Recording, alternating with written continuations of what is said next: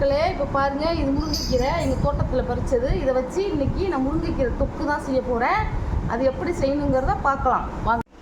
இப்போ வாங்க, முருங்கைக்கீரை தொக்கு செய்யறதுக்கு தேவையானது என்னென்னு பார்க்கலாம். நான் இந்த கிண்ணத்தால் ஒரு கிண்ணம் எங்கள் தோட்டத்தில் இருந்த இலசான முருங்கைக்கீரை இதால் ஒரு கிண்ணம் ஒடிச்சு வச்சுருக்கேன். அதை நரம்பெல்லாம் எடுத்துகிட்டு சுத்தமாக கீரையை மட்டும் உருவி குக்கரில் போட்டு ஒரே ஒரு டேபிள் ஸ்பூன் துவரம்பருப்பு போடணும். ரொம்ப போடக்கூடாது, அப்படி போட்டிங்கன்னா குழம்பு மாதிரி ஆயிடும். ஒரு டேபிள் ஸ்பூன், ஒரு ஸ்பூன், இந்த ஒரு கிண்ணம் முருங்கைக்கீரைக்கு ஒரு டேபிள் ஸ்பூன் துவரம்பருப்பு போட்டு 2 டம்ளர் தண்ணி வச்சு அந்த கீரையும் துவரம்பருப்பையும் அள்ளி வச்சு குக்கரில் ஒரு 3 விசில் விட்டால் போதும். நல்லா கீரையும் குழஞ்சிரும், துவரம்பருப்பும் குழஞ்சிரும். அந்த மாதிரி தான் நான் வேக வச்சு எடுத்து வச்சுருக்கேன். இதை பாருங்கள். அடுத்த ஸ்டெப் என்னன்னு பார்க்கலாம்.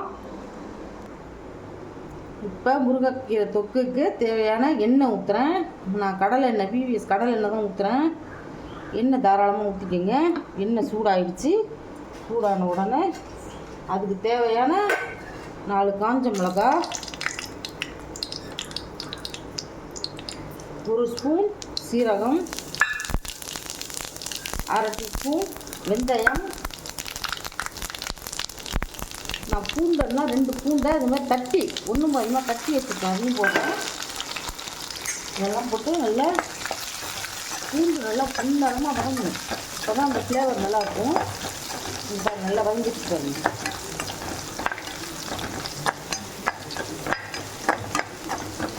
இதுக்கப்புறம் 2 கை வெங்காயம் போடுறோம். அதையும் நல்லா வதக்கணும். நல்லா எண்ணெயிலே வதங்கணும். இன்னும் கொஞ்சம் அதிகமாக தான் ஆகும். இதையும் நல்லா பொண்ணு வரமாக வதக்கிக்கணும். அப்படி இது உடம்புக்கு ரொம்ப ரொம்ப நல்லது. பசங்கள்லாம் சாப்பிடுவாங்க. ரொம்ப சத்து உடம்புக்கு. இது முருங்கைக்கீரை கிடைக்கும் போது அந்த மாதிரி செய்யலாம். நல்லா வதங்கிடுச்சு பாருங்க. நல்லா அது மாதிரி வதங்கினோடனே அடுத்தது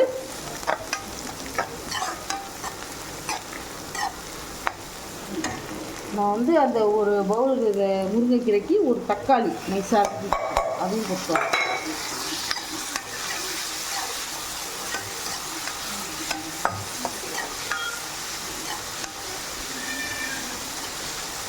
முருங்கைக்கீரையை இப்படி செய்யலாம். இப்படி செஞ்சால் நல்லா காரசாரமாக நல்லாயிருக்கும். இது அப்படியே நம்ம செஞ்சு தொக்குமா செஞ்சு வச்சுக்கிட்டு இட்லி, தோசை, சப்பாத்தி, தயிர் சாதம் எல்லாத்தையும் தொட்டுக்கலாம். சாதத்துலையும் வச்சு கசிஞ்சு சாப்பிடலாம். 3 நாள் வரைக்கும் ஃப்ரிட்ஜில் வச்சு சாப்பிட்லாங்க. எங்கள் ஊருக்கு போகிறோம் அப்படின்னா இதை செஞ்சு எடுத்து போகிறோம். உடம்புக்கு நல்லது, அருமையாக இருக்கும். வெளியிலலாம் வாங்கி எதுவும் சாப்பிட தேவையில்லை. இப்போ அது தொக்குக்கு தேவையான உப்பு போடுறேன். கல்லுப்பு தான் நான் யூஸ் பண்ணுறேன். கல்லுப்பு யூஸ் பண்ணுங்க.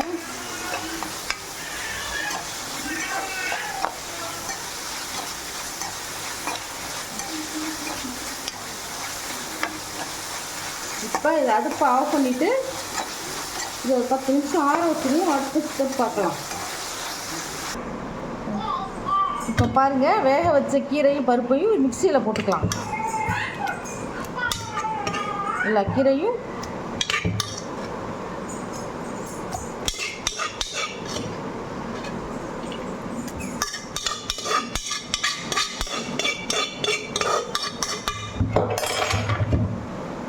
அந்த தண்ணியோட அதில் ஊற்றிக்கணும். நல்லா சுத்தமாக ஒழிச்சு போட்டணும். இப்போ போட்டாச்சு. இதில் இப்போ என்ன செய்யணும்னா ஒரு 1/4 டீஸ்பூன் சில்லி பவுடர். இந்த ஒரு பவுல் கீரைக்கு இது பாருங்கள், 1/4 டீஸ்பூன் சில்லி பவுடர் போதும்.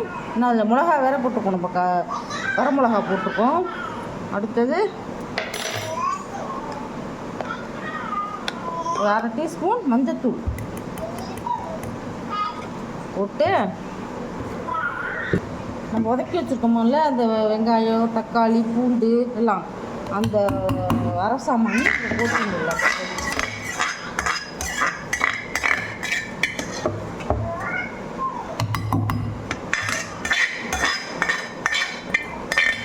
அந்த நம்ம வதக்கி வச்ச வெங்காயம், பூண்டு, மிளகா, ஜீரகம், வெந்தயம் எல்லாம் மிக்சியில் போட்டோம். கீரை பருப்பெல்லாம் இப்போ அடுத்தது கையில் பேஸ்ட்டு அரைக்க போகிறோம். இப்போ பாருங்கள், இது அரைச்சதோடு சேர்த்து நான் புளி ஒரு 75 கிராம் புளி வச்சுருக்கேன். அதை இப்படி பிச்சு போட்டு அரைக்கணும். ஏன்னா உருண்டையாக போட்டால் அரைப்படாதுல்ல, அதனால் பிச்சு போட்டு எப்படி பிச்சு போடுறோம் பாருங்கள். புளியை நல்லா நசன்னு இருக்குது புளியை. இதையும் இப்போ சேர்த்து மிக்சியில் சரைச்சிட்டு இப்போ பாருங்கள், கீரை, வெங்காயம், தக்காளி, பூண்டு, புளி, உப்பு எல்லாம், மிளகாத்தூள், மஞ்சள்தூள் எல்லாம் போட்டு அரைச்சி இந்த மாதிரி பேஸ்ட்டாக அரைச்சி வச்சுருக்கேன். இப்போ அடுத்தது ஒரு 100 கிராம் எண்ணெய் காஞ்சி வச்சு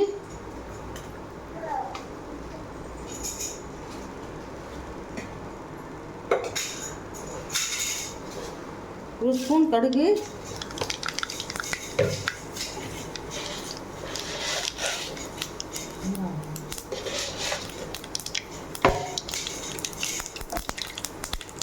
காஞ்ச மிளகா,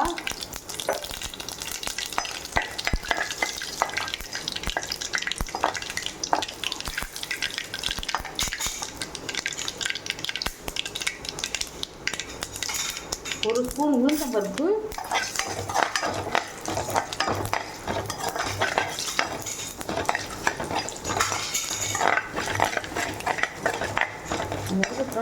தேவை நல்லா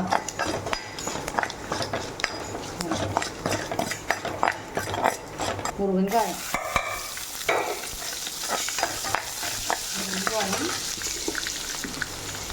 ஒரு வெட்டி கருவேப்பிலை. இது எல்லாமே உடம்புக்கு ரொம்ப சத்தான ஒரு நல்லா ஹெல்த்தியாக இருக்கும். பசங்கள்லாம் கொஞ்சம் சாப்பிட மாட்டாங்கல்ல, இந்த மாதிரி குட்டீஸ்க்கெல்லாம் இந்த மாதிரி கொடுக்கலாம்.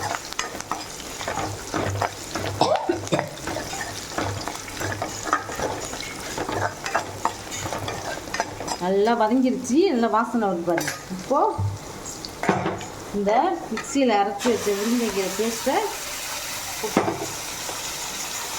ஊற்றி நல்லா இந்த கலரணும்.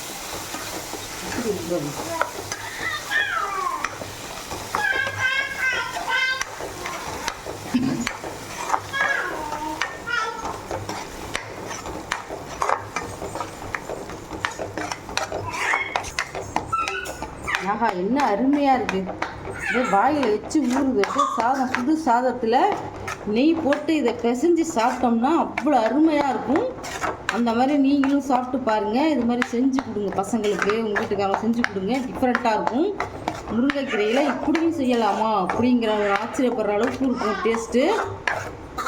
பாருங்கள், நல்லா இதாகிடுச்சு எல்லாமே. இப்போது அடுப்பை ஆஃப் பண்ணிடுறேன். வாங்க, முருங்கைக்கீரை தொக்கு சாப்பிடலாம்.